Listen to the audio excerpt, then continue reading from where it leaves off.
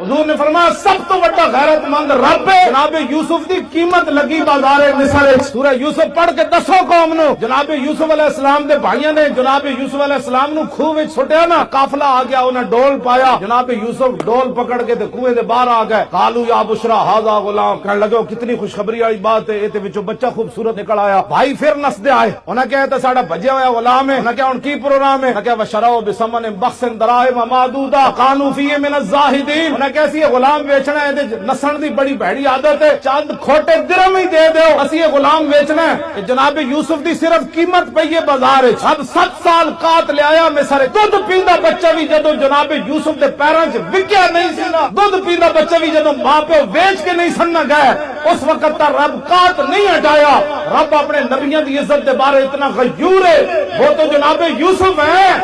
اور امام الانبیاء کی بات تو ہے ہی نہیں۔